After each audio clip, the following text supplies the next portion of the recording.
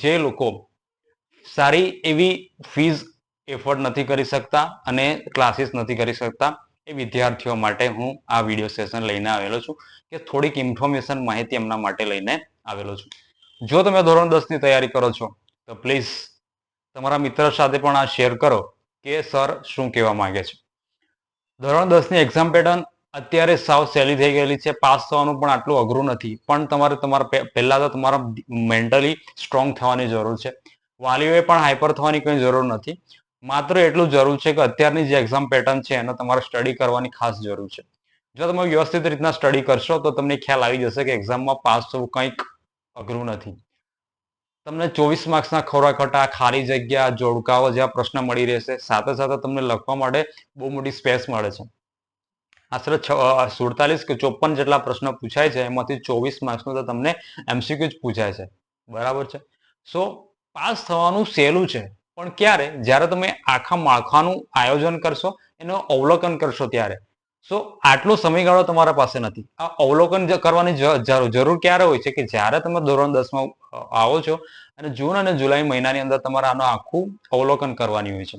સો હવે હું તમને એ રીતના પ્રિપેરેશન કરાવીશ કે જેનાથી તમને ઓછામાં ઓછા 40 થી 45 માર્ક્સ જેટલા કવર થઈ જશે. અને આટલા માર્ક્સ કરવાની જરૂર છે આટલા સમયગાળા દરમિયાન. આખો સિલેબસ કરવા બેસવાની જરૂર છે નથી. હા, જો તમારી તૈયારી જૂની છે, સ્ટાર્ટિંગ ટુ જૂન મહિનાથી, તો તમે બિંદાસ પ્રિપેરેશન કરી શકો છો આખું સિલેબસ. બીકોઝ ઓફ જ્યારે તમે ડિસેમ્બર મહિનામાં તૈયારી કરશો ત્યારે તમારો આખું રિવિઝન કરવાનો સમયગાળો છે. પણ હજુ પણ તમે કશું નથી કર્યું, તો આ વિડીયો તમારા માટે છે. હા, જો તમે નવા છો તો પ્લીઝ આપણી યુટ્યુબ ચેનલને સબસ્ક્રાઇબ કરવાનું ભૂલતા નહીં. સો મારે એવું કહેવું છે કે તમે છેલ્લા 4 વર્ષના જે બોર્ડના પેપરો છે એ આખાનું રિવિઝન કરો. તમે જો 4 પેપર સોલ્વ કરશો ને તો ગેરંટી સાથે કહું છું તમારા ઓછામાં ઓછા 40 થી 45 માર્ક્સ આવવાના ચાન્સીસ વધી જશે. ખાસ કરવા જેવા સબ્જેક્ટ કયા છે? તો ઇંગ્લિશ પર ફોકસ કરો, ગણિત પર ફોકસ કરો, વિજ્ઞાન પર ફોકસ કરો. આ 3 સબ્જેક્ટ પર તમારે ખાસ ફોકસ કરવાની જરૂર છે. સામાજિક વિજ્ઞાન જો તમે વાંચી લેશો તો હસતા હસતા પાસ થઈ જશે. બરાબર છે. બાકી જેનું લખાણ સારું છે એના માર્ક્સ સારા છે. લખાણ સારું રહેશે, ગુજરાતીમાં તમને માર્ક્સ મળી જશે, ઇંગ્લિશમાં માર્ક્સ તમને મળી જશે, સામાજિક વિજ્ઞાનમાં તમને માર્ક્સ મળી છે, હિન્દી વિષયમાં તમારા માર્ક્સ મળી જશે. સો મહેનત આપણે 5 વિષયની કરવાની છે. બરાબર. એ મહેનત હું તમને કરાવીશ. જે અગાઉ પૂછાઈ ગયેલા પ્રશ્નો છે એ હું તમને કરાવીશ. સાથે સાથે હું જાતે કન્ટેન્ટ રેડી કરીશ. જોડકા, ખાલી જગ્યા, એક વાક્યના પ્રશ્નો, એ બધા હું તમારા માટે રેડી કરીને લાવીશ. એ આપણે તમે ઓફલાઈન પણ અપલોડ થઈ જશે અને ઓનલાઈન પણ હું બનાવવાનો ટ્રાય કરીશ. જો તમે મારી સાથે જોડાશો તો હું તમને ગેરંટી આપું છું કે ઓછામાં ઓછા તમારા 30 થી 40, 45 માર્ક્સ સુધી તમને હું માર્ક્સ થાય એટલા કવર કરાવીને આપીશ.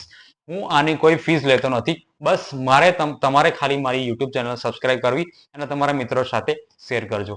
યુટ્યુબમાંથી જે મળશે એનાથી હું ખુશ થઈશ. મારે તમારી પાસે 1 રૂપિયા પણ લેવાની જરૂર છે નથી. હું નહીં લઈશ. સો પ્લીઝ મારી માહિતી તમને ગમી હોય તો પ્લીઝ મારી યુટ્યુબ ચેનલને સબસ્ક્રાઇબ કરી દેજો અને તમારા મિત્રો સાથે આ માહિતી શેર કરજો. અને હવે જો સેશન્સ છે આવનાર 1 નવેમ્બરથી હું સેશન્સ ચાલુ કરી દઈશ. રોજ સાંજે 7 વાગ્યાથી 9 વાગ્યા સુધી 2 કલાકનો સેશન રહેશે. એમાં હું રોજ અલગ અલગ વિષય રહેશે. આગલા દિવસે હું તમને એની અપડેટ આપી દઈશ. બરાબર છે. સો પ્લીઝ મારી વાત સાંભળી એના માટે થેન્ક યુ. જય હિન્દ,